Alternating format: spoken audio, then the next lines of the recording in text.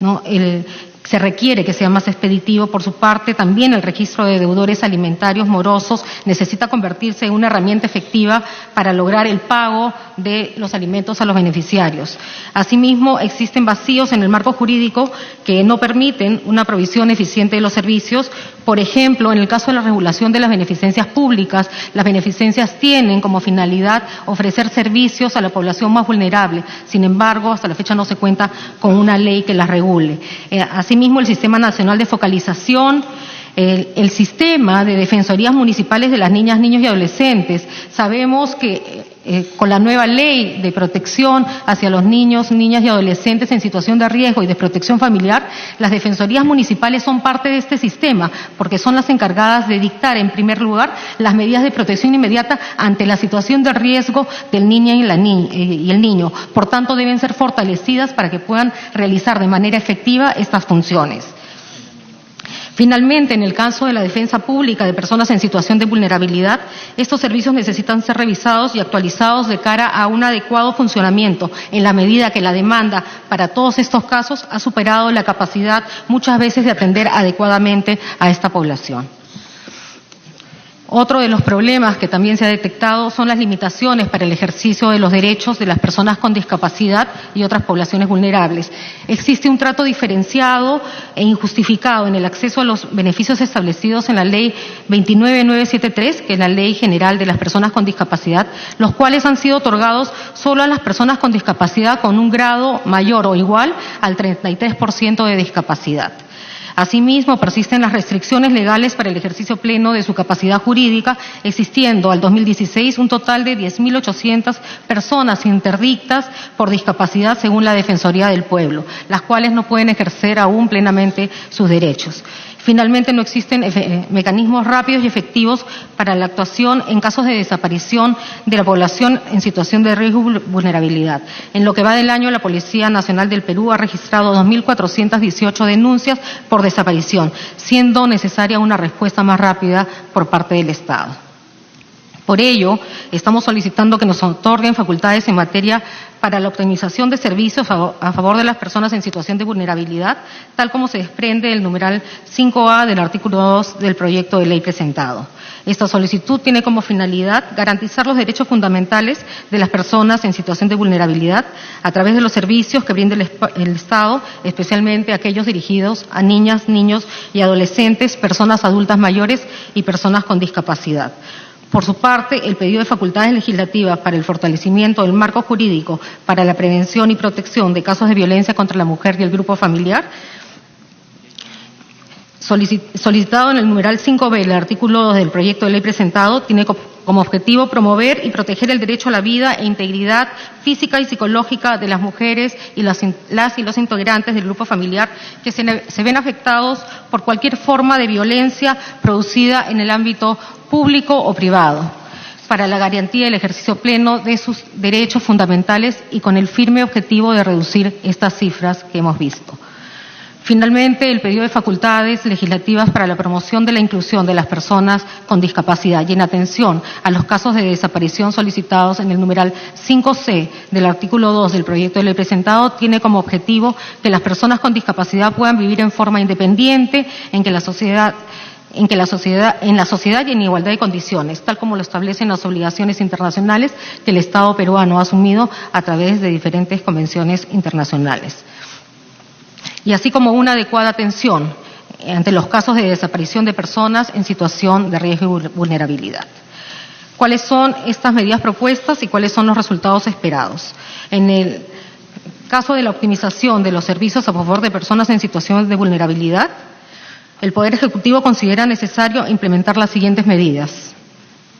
Simplificación del procedimiento de declaración y de protección familiar y abandono de niñas, niños y adolescentes, así como el fortalecimiento del funcionamiento de las defensorías municipales de niñas, niños y adolescentes para garantizar su derecho a vivir en familia, la modificación de la regulación del procedimiento de reconocimiento de paternidad con la finalidad de proteger el derecho a la identidad de las niñas, niños y adolescentes.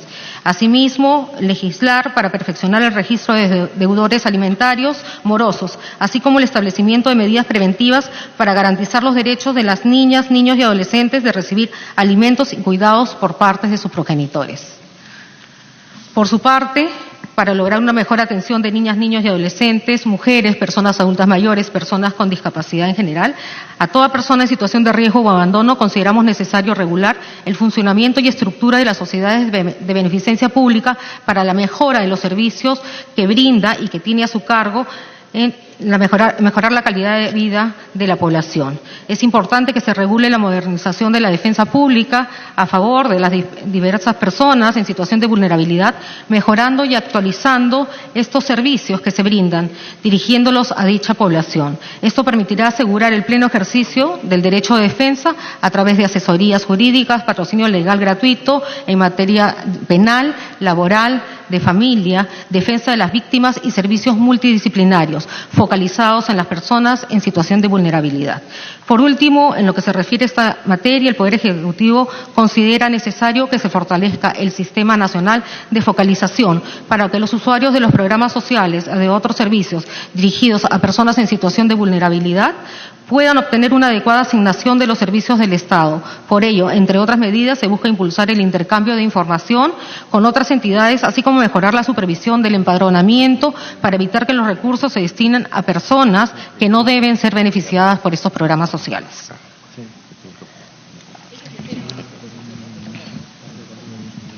Ministra, ¿puede usted continuar?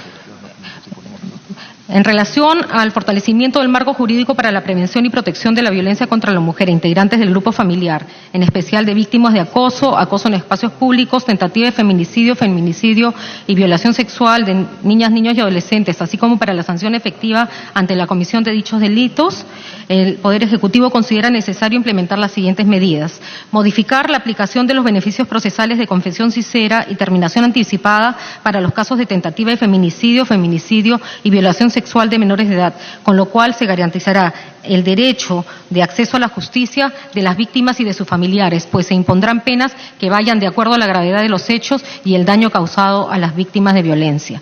Sancionar plenamente el acoso en general, el acoso en espacios públicos y el acoso virtual como delito, lo cual permitirá disuadir dichas conductas, disminuir el índice de su comisión y sancionarlas. Para dar una mejor y mayor protección a las víctimas de violencia desde el momento de la denuncia, resulta necesario establecer medidas de articulación entre la Policía Nacional del Perú, los gobiernos locales y los gobiernos regionales, así como con entidades públicas y privadas. Y asimismo, garantizar el cumplimiento de las medidas de protección a favor de las víctimas de violencia, estableciendo la obligación del Ministerio del Interior de reportar el cumplimiento de las medidas de protección dictadas por el juez. Esto será complementado con el establecimiento de mecanismos de monitoreo del cumplimiento de tales medidas a través de herramientas tecnológicas que serán implementadas de manera progresiva. En relación al establecimiento de medidas para promover la inclusión de las personas con discapacidad, garantizar el derecho al ejercicio de su capacidad jurídica en condiciones de igualdad y la atención de casos de desaparición de estas personas, así como de otras poblaciones en situación de vulnerabilidad, el Ejecutivo considera necesario implementar las siguientes medidas: establecer el acceso en condiciones de igualdad a los beneficios regulados por la Ley 29973, Ley General de las Personas con Discapacidad, los cuales han sido otorgados, como mencionaba, a las personas con discapacidad con un grado mayor o igual al 33%, lo cual deviene en discriminatoria a esta norma. Cambiando esto, se garantizará el respeto de los derechos fundamentales de todas las personas con discapacidad sin discriminación, impulsando su inclusión en la sociedad. Asimismo, reconocer el derecho al permiso laboral del responsable del cuidado de la persona con discapacidad para que sin perjudicar sus derechos laborales continúen brindando el cuidado, atención y protección de las personas con discapacidad. En la mayor cantidad de los casos, los cuidadores de las personas con discapacidad son los miembros de la familia, padre, madre, hermanos. Modificar las normas que restringen el reconocimiento de la capacidad jurídica de las personas con discapacidad para poder asegurar que las mismas superen cualquier limitación legal para el ejercicio pleno de sus derechos. Y respecto a la acción frente a la desaparición de personas, especialmente en el caso de personas con discapacidad y otras poblaciones vulnerables, se ha previsto lo siguiente: desarrollar un marco integral para la atención de casos de desaparición de mujeres, niñas, niños, adolescentes, personas con discapacidad y adultos mayores, así como los mecanismos tecnológicos de alerta, asegurando la actuación articulada y eficaz del Estado y la sociedad en casos de desaparición, con el fin de evitar pérdidas de vidas humanas. Señoras y señores congresistas, las medidas que desde el Poder Ejecutivo hemos presentado son las que consideramos necesarias en estos momentos para fortalecer la lucha contra la violencia y poder garantizar poder garantizar una calidad de vida a todas las mujeres, niñas, niños, adolescentes de nuestro país, protegiendo su integridad física, psicológica. Muchas gracias. Gracias, ministra. Le damos la bienvenida a la congresista Marisol Espinosa, al congresista Clemente Flores, a la congresista Milagros Salazar, al congresista Mauricio Müller. Y vamos a pasar al siguiente punto. ¿Tú vas a hablar o no? Por este tema nada, ¿no? Que está referido a la integridad y lucha contra la corrupción, que estará a cargo del ministro de Justicia y Derechos Humanos, el doctor Salvador Heresi.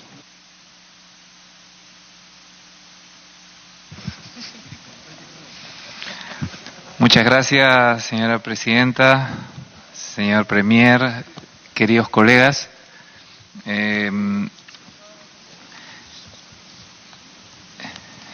En materia de integridad y lucha contra la corrupción, los sectores involucrados son el Ministerio de Justicia, la PCM y el Ministerio de Economía y Finanzas. El problema es un problema por todos nosotros conocido y es recurrente hablar de un mal que es estructural a nuestra sociedad política, que es el problema de la corrupción. Es un problema que afecta a la gobernabilidad del país, la confianza en las instituciones y los derechos de las personas, que trasciende fronteras, valiéndose de redes criminales que aprovechan la debilidad institucional. En este escenario se han identificado los siguientes problemas específicos: la necesidad de garantizar la idoneidad de los funcionarios públicos al interior de la administración pública, la falta de un marco normativo que regule el conflicto de intereses y que asegure la preservación y el uso adecuado de los recursos asignados a los funcionarios públicos, el marco normativo de gestión de intereses deficiente, la normalización de conductas ilícitas que vulneran el correcto desarrollo comercial y la competencia leal en el mercado privado por falta de sanción penal, el uso de operaciones comerciales internacionales como mecanismos para lavado de activos y defraudación tributaria. Los objetivos generales de la propuesta son los siguientes: impedir el ingreso o permanencia de servidores en la administración pública que hayan sido condenados penalmente por delitos de lavado de activos, tráfico ilícito de drogas y financiamiento del terrorismo. Para esto buscamos garantizar el principio de una buena administración, principio implícito según el capítulo 4 del título 1 de la Constitución Política del Estado.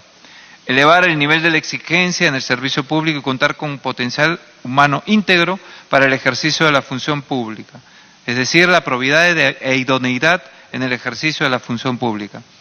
Anticiparse a la influencia indebida de la criminalidad en las entidades de la administración pública, fortaleciendo los esfuerzos del Estado en la lucha contra estas actividades delictivas. Asimismo, como objetivo planteamos establecer lineamientos que regulen la presentación de la declaración jurada de intereses y la gestión de intereses en el Estado. El tema trata en relación a prevenir conflictos de interés, fomentar el adecuado ejercicio de la función pública, priorizando el interés general a favor del Estado, que los intereses particulares de índole económico, político, familiar, etcétera.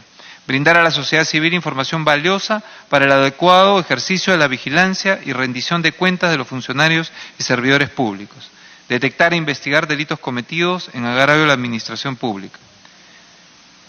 C. establecer medidas preventivas de denuncia y modificar el Código Penal y Código de Procedimientos Penales para fortalecer la lucha contra la corrupción. Promover la integridad y la lucha contra la corrupción en todos los ámbitos, incluido el privado. Tipificar los actos de corrupción entre particulares que afecten el normal desarrollo de las relaciones comerciales y la competencia leal de las empresas.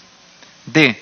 Establecer regulaciones que incorporen mecanismos procesales efectivos, independientes y autónomos en la acción penal para la persecución de la propiedad obtenida a través de actividades ilícitas, de modo que permita revertir a favor del Estado la propiedad de los objetos, instrumentos, efectos o ganancias del delito o cualquier acto ilícito en el ámbito nacional o en el extranjero.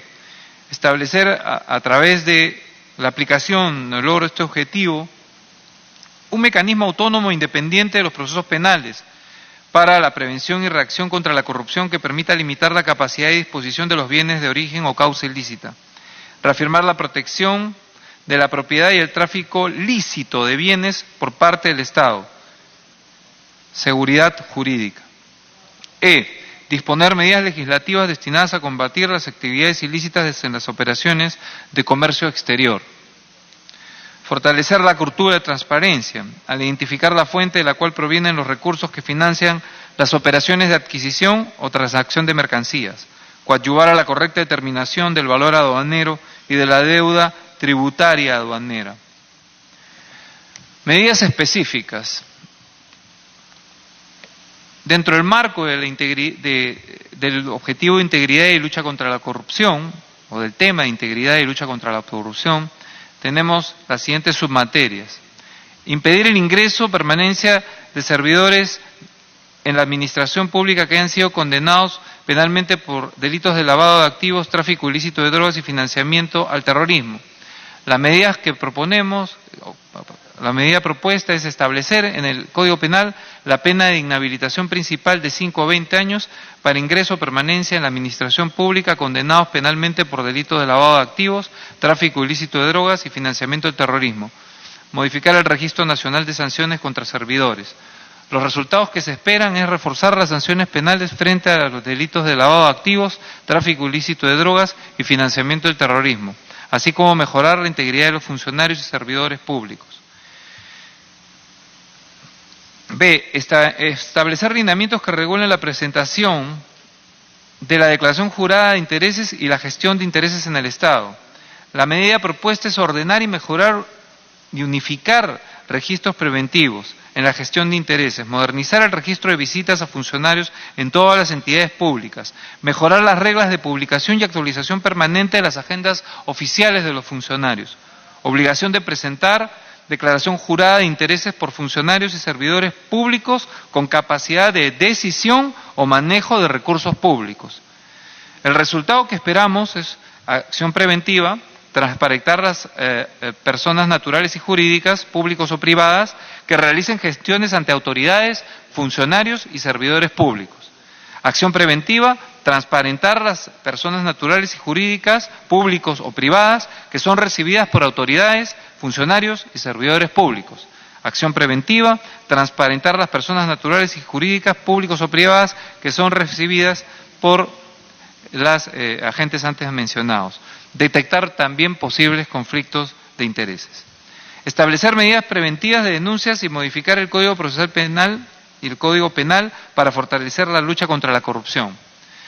Medida propuesta es sancionar penalmente a todo aquel particular que solicite o reciba algún tipo de beneficio económico a fin de quebrar la libre competencia empresarial, generando alianzas ilegales o indebidas en perjuicio del mercado o de la propia empresa a la que pertenece.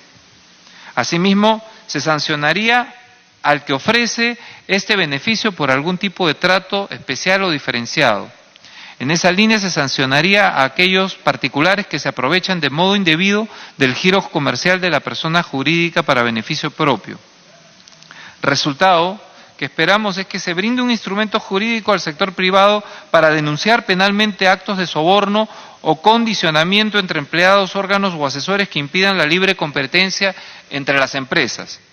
Se fortalece desde el Estado el normal desenvolvimiento de las relaciones comerciales en el sector privado y se mejora las oportunidades para pequeñas y medianas empresas en la participación de licitaciones, contrataciones o procedimientos análogos.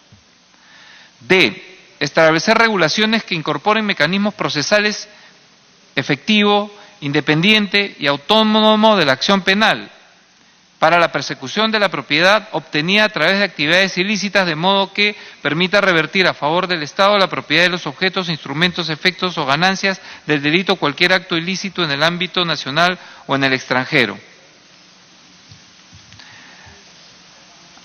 De lo que se trata aquí es de derogar el proceso de pérdida de dominio y establecer el proceso de extinción de dominio como un mecanismo procesal autónomo e independiente de la acción penal y su proceso, siguiendo las mejores experiencias comparadas.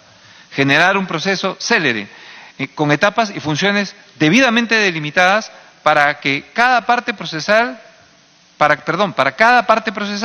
implementando la oralidad a través de audiencias preparatoria y de actuación de medios probatorios previas a la emisión de la sentencia. La creación de un subsistema especializado de extinción de dominio con jueces y fiscales especializados en esta materia. Los resultados que esperamos es privar a los agentes de cualquier acto ilícito de la propiedad de los objetos, instrumentos, efectos y ganancias provenientes de actos ilícitos, disminuir la capacidad patrimonial de las organizaciones criminales y procesos rápidos y eficientes que permitan la sustracción de propiedad de objetos, instrumentos, efectos y ganancias provenientes de actos ilícitos, evitando la impunidad. Disponer medidas legislativas destinadas a combatir las actividades ilícitas en las operaciones de comercio exterior. Proponemos modificar la normativa relacionada a la lucha contra la evasión, a fin de establecer que los pagos correspondientes a las operaciones de comercio exterior, importaciones en mayor medida, se realicen a través del sistema financiero. Los resultados que esperamos serán la disminución de actividades ilícitas en el comercio exterior vinculadas al lavado de activos y defraudación tributaria, generar una cultura de prevención, formalización y transparencia en las actividades comerciales.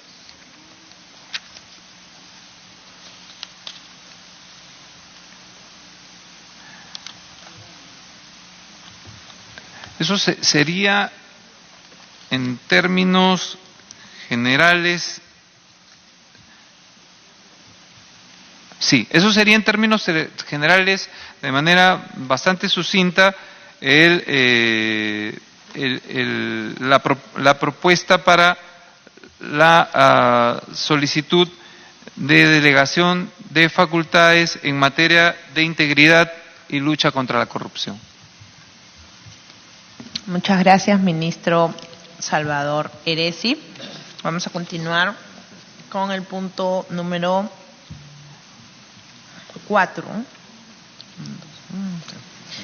5. Gestión económica y competitividad. A cargo de el ministro de Economía, el ministro de Producción y el ministro de Comercio Exterior y Turismo, y finalmente el ministro de Educación. Tiene el uso de la palabra el ministro de Economía, David Tuesta.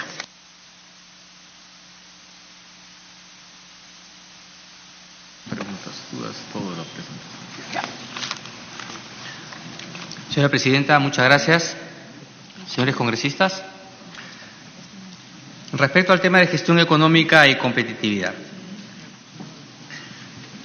Tal como señalamos anteriormente, la economía se encuentra en una situación de débil recuperación económica que requiere tomar medidas inmediatas y concretas.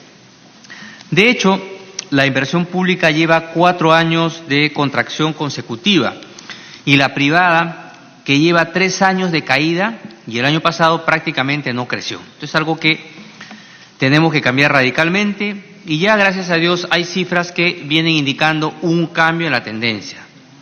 Esto ha generado que el empleo formal caiga y la pobreza aumente el año pasado.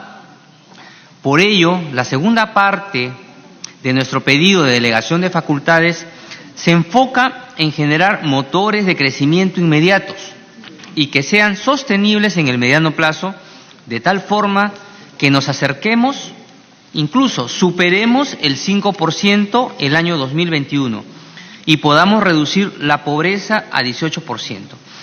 Esto es muy importante porque recuerden que después del escenario complicado que encontramos de prácticamente parálisis en la economía, donde si no hacíamos nada, lo que íbamos a esperar era un crecimiento del 3%, y ya los principales analistas ya señalaban incluso resultados o indicadores menores de crecimiento el próximo año, con el plan que hemos puesto en marcha, estimamos que podemos darle la vuelta a esa situación y lograr un crecimiento al menos de 3,6%.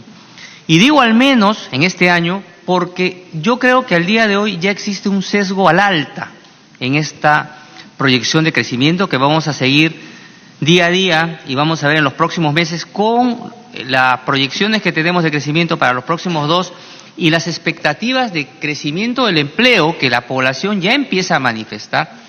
Creemos que existe un escenario para incluso ir cambiando las previsiones de este año hacia el alza e incluso del 5% que tenemos para el 2021. Así que si todo va bien, si las facultades finalmente nos son concedidas, si podemos alinear las otras medidas que van fuera de facultades que comenté en la primera sesión. Ministro, discúlpeme, el congresista Mulder desea hacerle una interrupción. Congresista Mulder. Muchas gracias, ministro, por su venia. No, si a través de el equipo que la apoya, Presidenta, usted puede hacer gestiones para que se invite a esta sesión al señor presidente de la Comisión de Economía, puesto que como después, si es que hay algún tema de carácter económico, se ponen a decir que no los han consultado, que para qué estamos. No sé quién es el presidente de la Comisión de Economía. Ay, ¿no sabes? ¿No sabes? Me dicen que es el congresista Guido Lombardi. Si usted, por favor, le puede pasar la voz para que venga también a esta sesión. Muchas gracias. Congresista Mulder, solamente para precisar, se ha comunicado a todos los señores congresistas, a los 130, la realización de esta sesión extraordinaria, la quinta de la Comisión de Constitución y Reglamento, para que puedan asistir, haciendo especial énfasis a los presidentes de comisión. Así que compartiendo su iniciativa fue que se hizo esta situación. Lamentablemente supongo que el señor Lombardi tendrá muchas cosas que hacer por las cuales no nos acompaña, pero sin duda ha emitido en su oportunidad las recomendaciones de la comisión. Ministro, ¿puede usted continuar?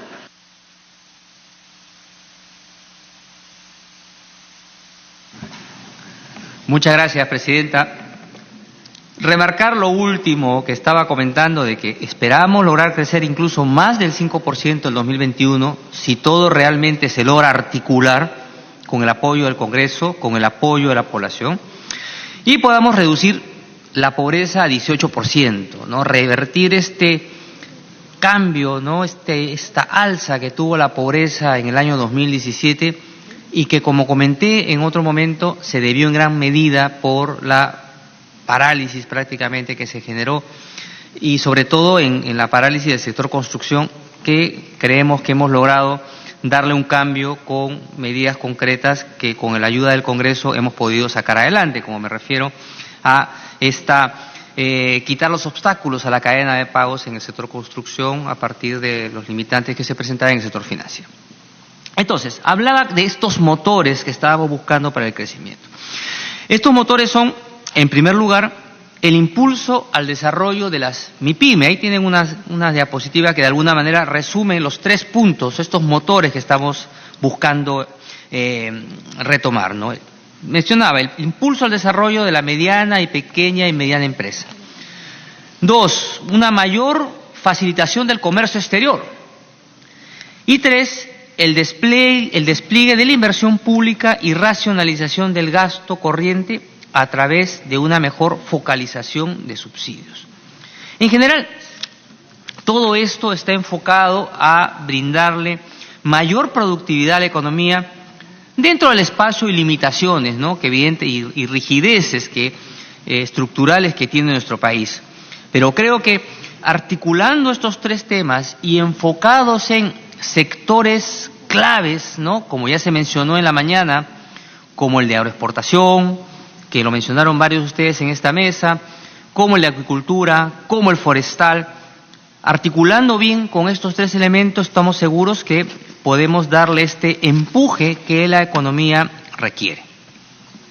Permítame comenzar hablando sobre lo que significa el impulso al desarrollo de las micro, pequeña y mediana empresas. Acá proponemos lo que denominamos un combo MIPYME, ¿no? Un conjunto de medidas, ¿no?,